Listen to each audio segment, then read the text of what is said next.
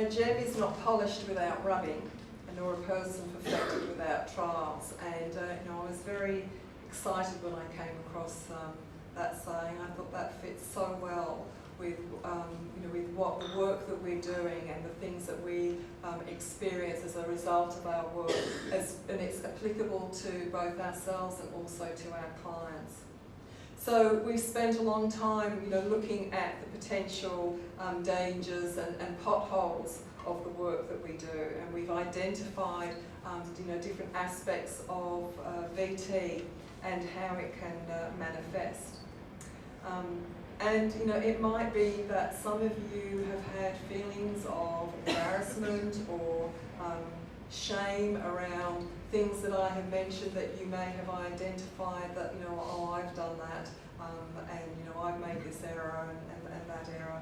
I hope that you're not feeling bad about it, and that's why I thought it was really important to share with you some of the the glaring errors that I've made in my work, and also some of the experiences I've had sitting in the room with clients, to really make it clear to you this is something that can happen and does happen to all of us.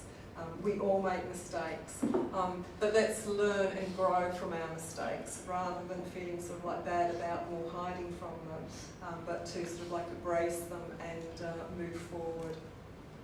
So, by doing that, that will help us develop more resilience in the work that we do, which of course in turn is going to enhance our therapeutic skills as well.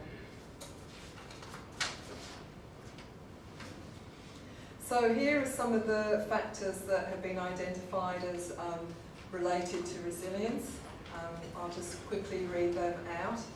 The ability to cope with stress effectively in a healthy manner, having good problem-solving skills, belief that there is something one can do to manage feelings and to cope, social support, being connected with others such as family or friends, self-disclosure of trauma to loved ones, spirituality.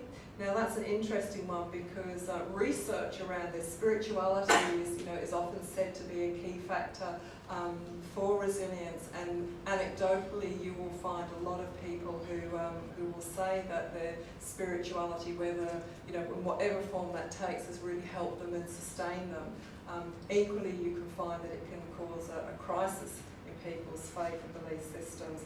But there has been some criticism of the US Army for promoting spirituality in its new comprehensive soldier fitness program as a way to prevent PTSD, because research doesn't actually show that spirituality is definitely one of the key factors in resilience. It's kind of like standing.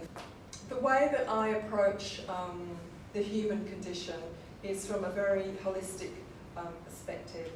That there are 4 different but equally important factors, as Jung identified, of mind, body, soul and spirit. And so we need to take into consideration all these 4 aspects of ourselves when we are thinking about how we're going to support ourselves and manage our vicarious trauma. So the mind aspect is related to our thinking, our cognitive processes. The body is related to our actions, the things that we do. Soul is related to our feelings and emotions, and spirit is related to meaning and to vision. And these 4 attributes are really important to focus on to support ourselves. So, let's first of all look at our values and how this relates. We need to focus on what our core values and purpose in life is. Not just our work life, but in our whole life. Who do we want to be as people? How do we want to live our lives? Then we also need to be focusing on our philosophies and our beliefs, how we make meaning and our vision of our lives, at both a bigger picture level as well as a smaller picture level, the personal and the transpersonal or the collective levels. We also need to plan and to strategise and to set goals around how we're going to achieve the things that we want to achieve, that we see in our bigger picture, how we are going to incorporate our, our values and our purpose in life. We need to be able to look at, and okay, these are the things that I believe in, these are the things that are important to me. Actually, literally, how am I going to do this in a step-by-step way to implement my values, purpose and vision and philosophies and beliefs? And then we need to be able to put those plans into action. And this is not just something that we do a few times in our lives or only when we're in crisis mode, but let's be honest, it often takes a crisis for us to actually, get our head around these kinds of things, and when we may be more motivated to, to start setting goals and really reviewing our lives. But we need to develop the habit of doing goal setting and reviewing on a regular basis, to review and to adjust and redefine what may be important for us to be focusing on at any given moment in time in our lives. And this, by doing this, by combining all these 4 steps, we are more able to take charge of our lives and more likely, if we set goals and we review our goals, to be able to accomplish things both great and small that we want to do with our lives. So let's look at each of these components more closely and how this might relate to VT. So, mind, ideas, thinking, planning and communicating. So this is about our need to talk to our colleagues about particular cases, about particular incidents, whether it's in a semi-structured way or it's an informal way, or it's going to, particularly for supervision or case consultation. So talking to each other is one of the primary ways that we can actually help and support each other to normalise our experiences.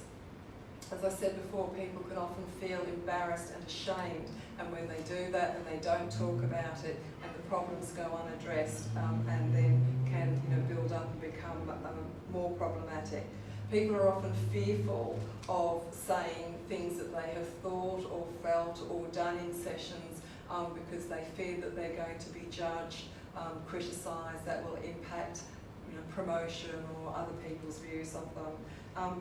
But as I always tell my clients, it actually takes courage to say, I need help. And it's true of us too. We need to be able to know when we need to do that and to take that risk. So, talk to each other about your ideas and your thoughts around your work. Share as much knowledge as you have. Information sharing is vitally important. Share your coping strategies, with your colleagues. There might be things that you do that someone else hasn't thought about, or they have thought about it, but they haven't actually had the whatever kick they need to get them to implement that. And talking to you might be the thing that actually helps them take the next step. Reading, professional development reading, attending conferences and workshops, which is obviously what you're all here doing today. And making plans and setting goals in your life, regularly reviewing them to keep on track and adjusting them. Because as our circumstances change, some of the goals that we may have set may need to be readjusted. They're no longer the current focus because something else has happened that needs more attention. And we're going to be coming back to planning and goal setting in a moment. The body, physical